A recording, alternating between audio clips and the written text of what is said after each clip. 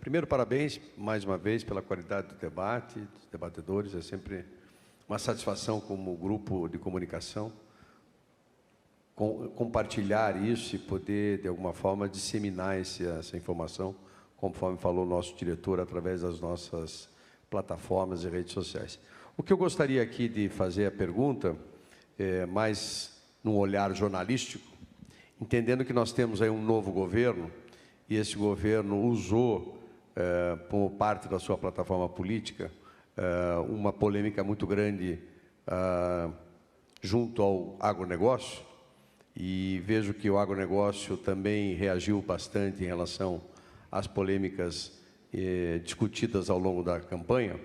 Eu gostaria de ouvir dos senhores e senhoras quais são os grandes obstáculos. Primeiro, vocês enxergam que esse governo novo tem obstáculos para o setor, e se tem, quais seriam eles? E de que maneira nós, como grupo de comunicação, podemos ajudar a fazer essas discussões? Quem quer começar? Não é a minha especialidade falar de política, mas eu gostaria de falar de custo. E o Paludo falou muito bem aqui que está errado o custo de transporte, está errado o custo do milho, e o governo geralmente da esquerda gosta muito de falar da pobreza, das pessoas que passam fome, da fome do mundo, e o modelo que eu acredito que melhor reduz a fome ou a oferta de alimentos é a produção de alimentos baratos. Toda vez que nós falarmos em aumentar a taxação que o agro tem que pagar a conta, como quase passou aqui no Paraná, e acabou passando em Goiás, de subir o custo para o agro para pagar a conta de logística. No final, não vai ser o agro que vai pagar essa conta. O agro vai repassar. Quem vai ficar com essa conta é quem tiver o salário mais baixo na sociedade. Toda vez que vocês colocarem uma taxa de pedágio, a Ceifid só embute o preço do pedágio no custo. A Pluma também. No final, quem vai pagar o custo do pedágio é o consumidor. São vocês, tá? Não pensa que vai ficar para qualquer um da indústria. Então, o que um governo tem que pensar é em produzir alimento barato. Essa é a resposta. Toda vez que essa taxação crescer sobre qualquer uma da indústria, a indústria vai repassar essa taxa vai para o consumidor. Então, o governo americano tem isso como muito claro? A comida para o americano tem que ser muito barata. A comida para o brasileiro tem que ser muito barata. Seja através de transporte, seja através do preço do saco de milho, seja através do bioinsumo, seja através da produção local, seja através da produção de ovos, carnes, tudo mais barato. Isso passa por impostos menores. Não é taxando a produção primária que vai resolver o problema logístico. Isso é um engodo. Vai voltar esse custo inteiro. Então, nós temos que ser agressivos, temos que ser duros para reduzir esse tipo de taxação. E também, fazendo um paralelo, eu sou formado em agronegócios e gosto muito quando a academia fala, e nós temos no Brasil três cadeias agroalimentares que o governo criou câmeras setoriais. E essas três cadeias são as cadeias que mais têm problema no Brasil hoje. E nós temos uma série de cadeias que o governo não tenta ajudar, é onde anda melhor. Agora eu vou citar quem são as cadeias que o governo criou câmeras setoriais. Uma é o café, a outra é o trigo e a outra é o álcool, que é o pró-álcool. Aonde que o governo não está presente? No frango. Veja só, se coloca uma câmera setorial no frango, trava ou não trava, Paludo? Trava. O boi, ele não está presente. O milho, ele não está presente. E a soja não está presente. Hoje, a maior pauta de exportação brasileira é a soja. O segundo maior é o milho. O terceiro é o frango já, né? Frango ou boi, um dos dois. Então, aonde o governo coloca uma Câmara Setorial para tentar ajudar, acaba travando.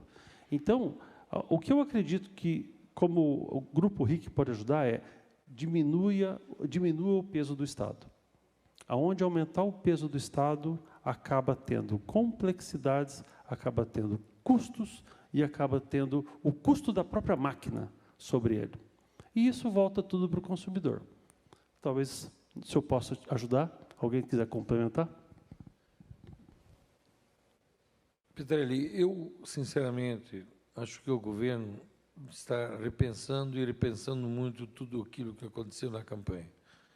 Dizer para nós que nós do agro vamos suportar novamente invasões de terras, essas greves, essas coisas que aconteciam no passado, eu não acredito. O agro hoje, eu acho que não suporta mais esse tipo de coisa. Eu acho que todo mundo viu e sabe a força que o agro tem e está sendo demonstrado em todo o país, que o governo vai repensar e muito todo aquele discurso que teve na campanha. Eu acredito que deve ser ajustado, e o agro hoje ele está sustentando esse país, e é um rolo compressor, não vai segurar. Então, eu acho que hoje vai ter uma voz maior, e eu acredito que o governo vai ter o consenso, e vai ter o diálogo, e o governo vai andar. A suinocultura vai andar, a avicultura vai andar, a agricultura vai andar mais do que nunca, e eu acho que essa questão de sustentabilidade, ela tem que realmente ser levada em pauta. Eu acho que nós estamos fazendo tentar reduzir os custos com o quê? Com uma energia mais barata, com os impostos mais baratos.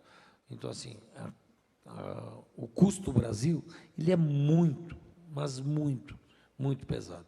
Então, eu acho que desde a energia, nós estamos trabalhando forte na energia solar para realmente reduzir os nossos custos, para que nós sejamos mais competitivos, mas o governo não vai atrapalhar, não vai poder atrapalhar o agro. O agro hoje, ele é autossustentável, seguramente. Eu vejo que, se a gente fazer uma retrospectiva, nós brasileiros estamos cada vez mais politizados, porque nunca se falou tanto de política nos últimos anos como a gente tem visto. Nunca vimos tantas pessoas se movimentarem em questão política como a gente viu nesses últimos anos, e principalmente nesse ano eleitoral. O que eu vejo que falta para o nosso país em si, aqui nós temos várias pessoas, pessoas com mais experiências, pessoas mais vividas. Eu falo que eu estou à frente de uma empresa, tem 5, 6 anos na linha de frente, na tomada de decisão. E o que a gente percebe, e cada vez fica mais nítido, é a questão quando se fala-se do voo de galinha, né, no nosso país. Parece que a gente começa a ir bem, vem algo e nos leva e sobe e desce, então a volatilidade cada vez é muito grande. O nosso sentimento, é muito do que o João falou, que é a questão do planejamento. Infelizmente, seja na esfera municipal, estadual e federal, politicamente não existe um planejamento. Existe um planejamento de 4 anos, não existe um planejamento de 10 anos. Nós não temos uma fotografia, como será o Brasil de 2050, sabe? Nós não, como você falou, nós temos que vender isso para o mundo. Olha, como será o Brasil em 2050, como será o Brasil em 2100, né? Então, essa questão dessa transição de governo gera muitas incertezas, gera muita especulação. O nosso setor é um setor que acaba investindo também, como todos os outros setores produtivos. Nós somos o primeiro a sentir quando a economia vai bem, nós somos o primeiro a sentir quando a economia vai mal, porque, queira ou não, o transporte rodoviário tem a sua contribuição.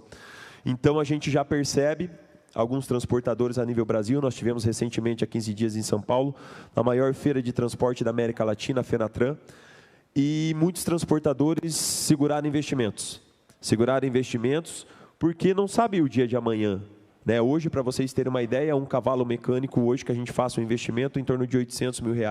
Com o implemento, nós estamos falando de 1 milhão, 1 milhão e 300. É muito dinheiro mesmo, com um custo Brasil altíssimo. Então, o que nós precisamos, referente à política pública do nosso país, seja em qualquer uma da esfera, é cada vez mais incentivar o empreendedorismo, que somente através do empreendedorismo, através das pessoas que, olha, são muito corajosas, são pessoas aguerridas. Hoje, você estar à frente de uma empresa, seja ela pequena, média ou grande, é um desafio constante. Então, através disso, a gente vai conseguir gerar novos empregos, vamos gerar novas rendas. Infelizmente, temos que pagar menos impostos, mas através dos impostos a gente vai conseguir ter um país cada vez mais saudável. Mas os nossos governantes precisam entender que a máquina pública precisa ser enxugada. E ela enxugando, com certeza a gente vai ter um país cada vez mais competitivo. Nós somos brasileiros, não desistimos nunca e vamos continuar transportando, assim como todos nós vamos continuar produzindo.